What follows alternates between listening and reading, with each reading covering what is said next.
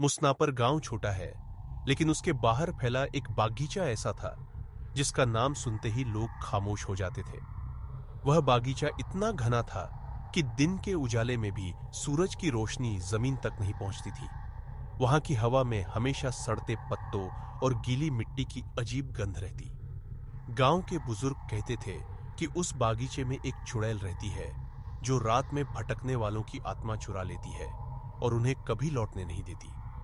कई लोग वहां गए थे, मगर कोई पूरा लौटकर नहीं आया। विक्रम ने हंसते हुए कहा, चल यार, आज उस बागीचे में घूम कर आते हैं, देखते हैं कौन सी चुड़ैल हमें पकड़ती है।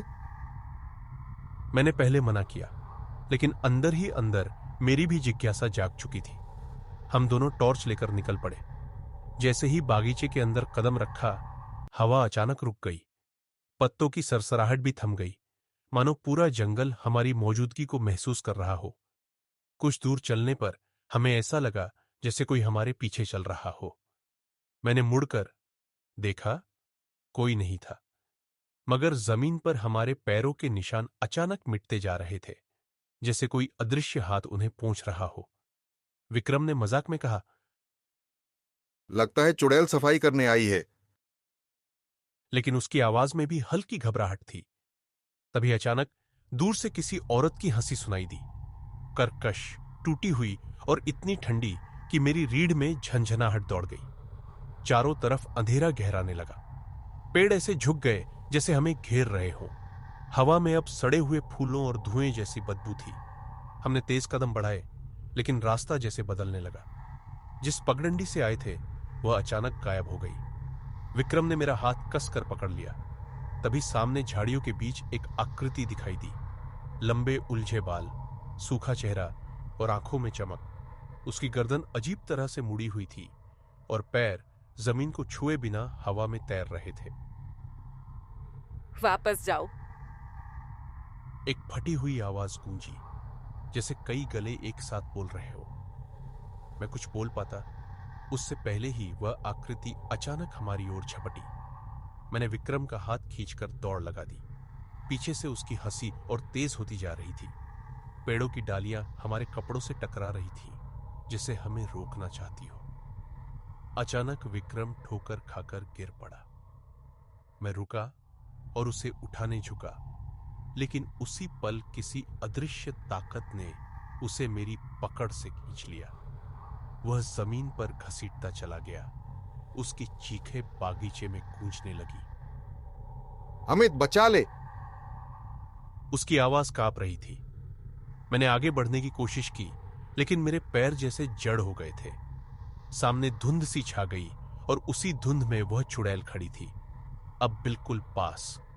उसकी आंखें खाली थीं, जैसे उनमें आत्मा ही न हो। उसके मुंह से काली धुंध निकल रही थी।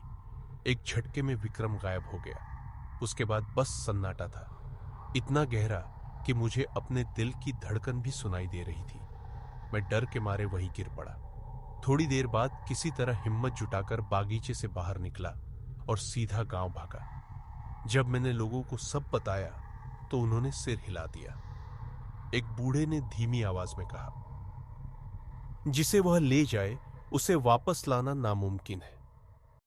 लेकिन मैं हार मानने वाला नहीं था। विक्रम मेरा दोस्त था, बचपन से साथ है। मैं उसे ऐसे खो नहीं सकता था। उसी रात मैं गांव के सबसे पुराने मंदिर पहुंचा, जहां एक साधु रहते थे। मैंने उनसे सारी बात कही। उन्होंने मेरी आंखों में देखकर कहा, अगर तुम्हारा दिल सच्चा है और डर से बड़ा है तो उसे वापस ला सकते हो, लेकिन याद रखना, बागीचे में उसकी दुनिया के नियम चलते हैं। उन्होंने मुझे एक ताबीज दिया और कहा, इसे पहने रखना, और अगर चुड़ैल दिखे तो आंखों में मत देखना, बस अपने दोस्त का नाम पुकारते रहना। रात का अंधेरा और गहरा था जब मैं फिर बागीचे में गया। हवा में वही सड़ांत थी, वही सन्नाटा, लेकिन इस बार मैं अकेला नहीं था। मेरे दिल में दोस्ती की ताकत थी। जैसे जैसे मैं अंदर बढ़ा, फुसफुसाहटें सुनाई देने लगी। पेड़ों की छायाएं इंसानों जैसी लगने लगी। तभी मुझे दूर से विक्रम की आवाज सुनाई दी, कमजोर, टूटी हुई। अमित, मैं यहां हूं। मैं उसी दिशा में दौड़ा। रास्ते में जमीन दलदल जैसी हो गई, मेरे पैर धंसने लगे। हर कदम पर मुझे लगा कि कोई पीछे से मुझे खींच रहा है। तभी वही हंसी फिर गूंजी। वह चुड़ैल सामने खड़ी थी, इस बार और भी भयानक। उसका चेहरा आधा सड़ा हुआ था और आंखों से काला तरल बह रहा था। वो अब मेरा है। उसने फुसफुसाया। मैंने डर को निगलते हुए जोर से कहा, नहीं, वो मेरा दोस्त है। और विक्रम का नाम पुकारने लगा। अचानक जमीन कांपने लगी, पेड़ हिलने लगे। चुड़ैल चीख पड़ी, जैसे उसे दर्द हो रहा हो।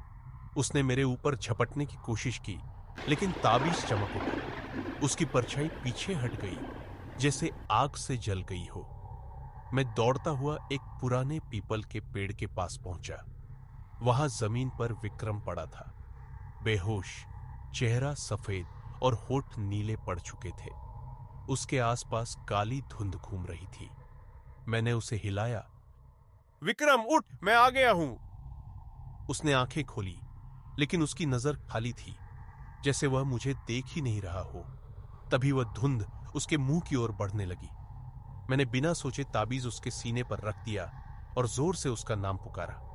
एक तेज चीख गूंजी, इतनी भयानक कि मेरे कान बजने लगे।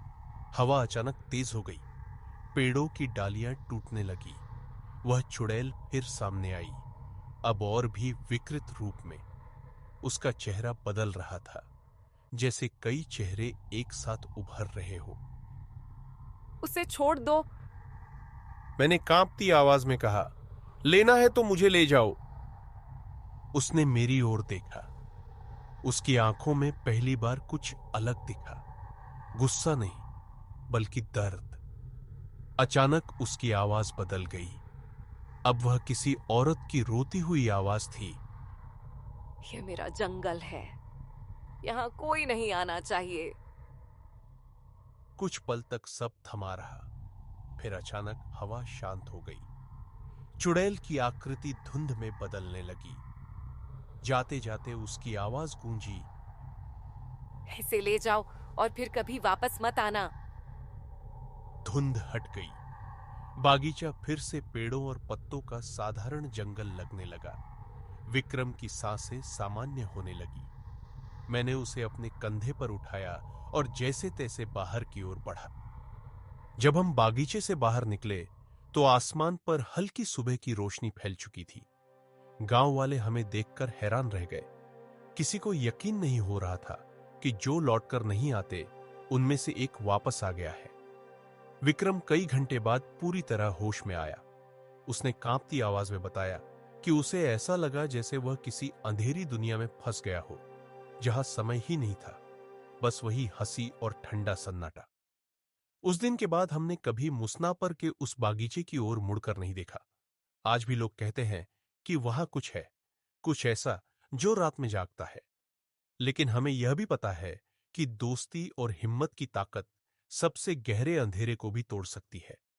और कभी-कभी जब हवा में अचानक वही सड़ांत सी गंध आती है, तो मुझे लगता है वह अब भी वहां है, हमें याद दिलाने के लिए कि हम कितनी मुश्किल से उस अंधेरे से लौटे थे।